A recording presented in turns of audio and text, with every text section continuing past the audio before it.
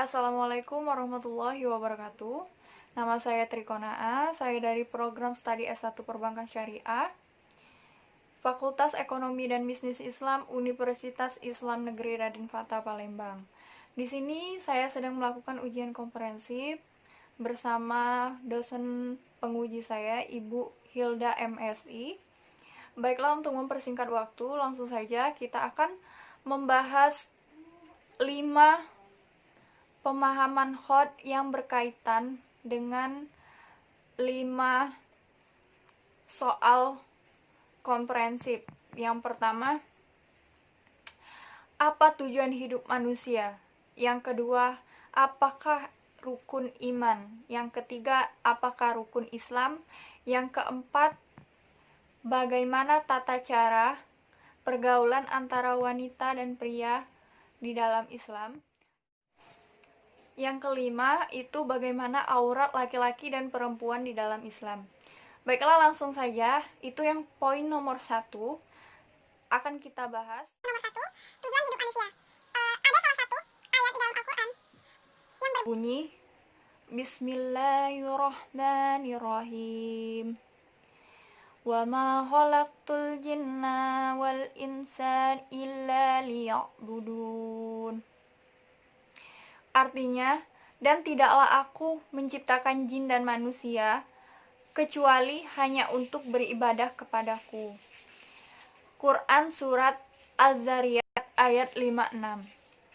Maksud dari surat tersebut berkaitan dengan tujuan hidup manusia. Tujuan hidup manusia itu harus sama dengan tujuan Tuhan menciptakan manusia. Tetapi tidak semua manusia itu diciptakan oleh Tuhan memiliki tujuan yang sama. Karena apa? Setiap manusia diciptakan jelas berbeda-beda dari kepercayaan mereka masing-masing.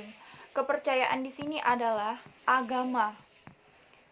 Sedangkan kita sebagai umat muslim meninjau tujuan hidup kita itu pada pedoman kita, yaitu kitab suci Al-Quran.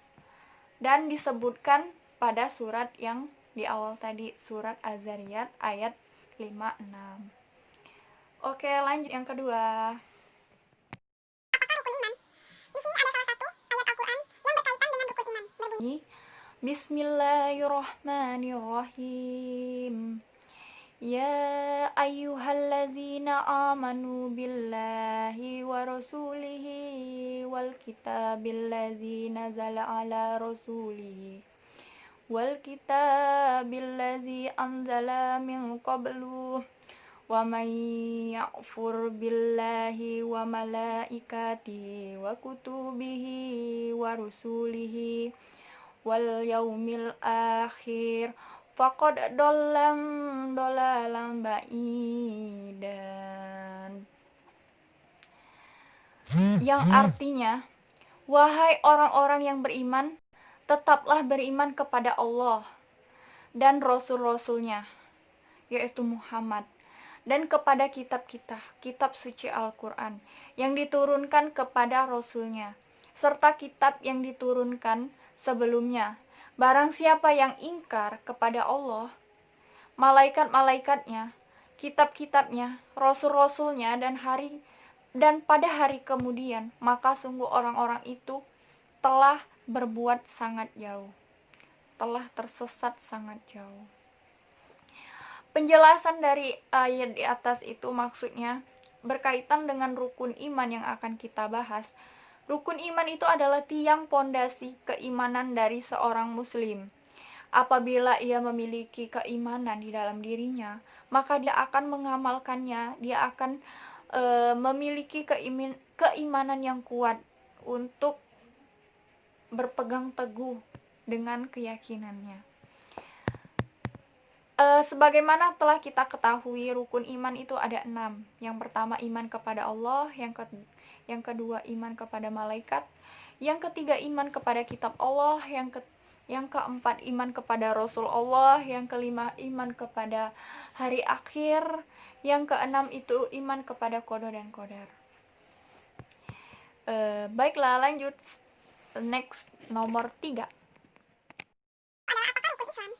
Nah, ada salah satu ayat di dalam Al-Quran dari 5 rukun Islam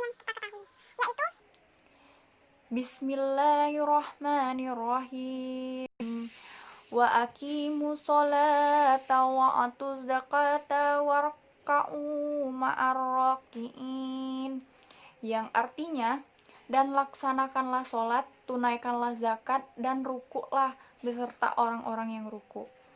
Maksudnya, Quran Surat Al-Baqarah ayat 43 ini menjelaskan rukun Islam merupakan dasar dari kehidupan muslim yang berupa dari tindakan dasar yang dianggap sebagai fondasi wajib bagi orang-orang yang beriman, terutama orang yang mendirikan sholat. Maksud dari ayat tersebut bukan hanya berkaitan dengan rukun Islam, tetapi ada kaitannya juga anjuran untuk mengerjakan sholat berjamaah. Itu lebih tepatnya. Rukun Islam itu ada 5. Yang pertama, mengucapkan 2 kalimat syahadat. Kedua, mendirikan sholat. Yang ketiga, menunaikan zakat. Yang keempat, berpuasa di bulan suci Ramadan. Yang kelima, pergi haji bila mampu. Nah, itulah yang dimaksud dengan rukun Islam. Lanjut, nomor 4. Bagaimana tata cara pergaulan antara laki-laki dan perempuan di dalam Islam? Ada satu ayat di dalam Al-Quran yang berkaitan sekali dengan soal kita yang sebutkan tadi. Yang berbunyi, Bismillahirrahmanirrahim. Wala taqrabu zina innahu kana fahisatan wa sa'a sabilan. Yang artinya, dan janganlah kamu mendekati zina. Zina itu sungguh perbuatan yang keji dan suatu jalan yang buruk. Maksud dari ayat tersebut, di dalam Islam antara laki-laki dan perempuan yang bukan mahramnya itu dilarang berduaan. Karena apa? Untuk menghindari sebuah fitnah, timbulnya suudzon kepada orang lain, kepada diri kita sendiri. Seperti itu. Karena jelas antara laki-laki dan perempuan itu sudah ada batasannya, apalagi yang bukan mahramnya. Seperti itu. Lanjut ke nomor 5. Nah, itu bagaimana aurat laki-laki dan perempuan di dalam Islam. Ada salah satu ayat Al-Quran yang menjelaskan tentang aurat laki-laki dan perempuan yang berbunyi, Bismillahirrahmanirrahim. Ya bani Adama qad anzalna alaikum libasan yuwari sawatikum warisan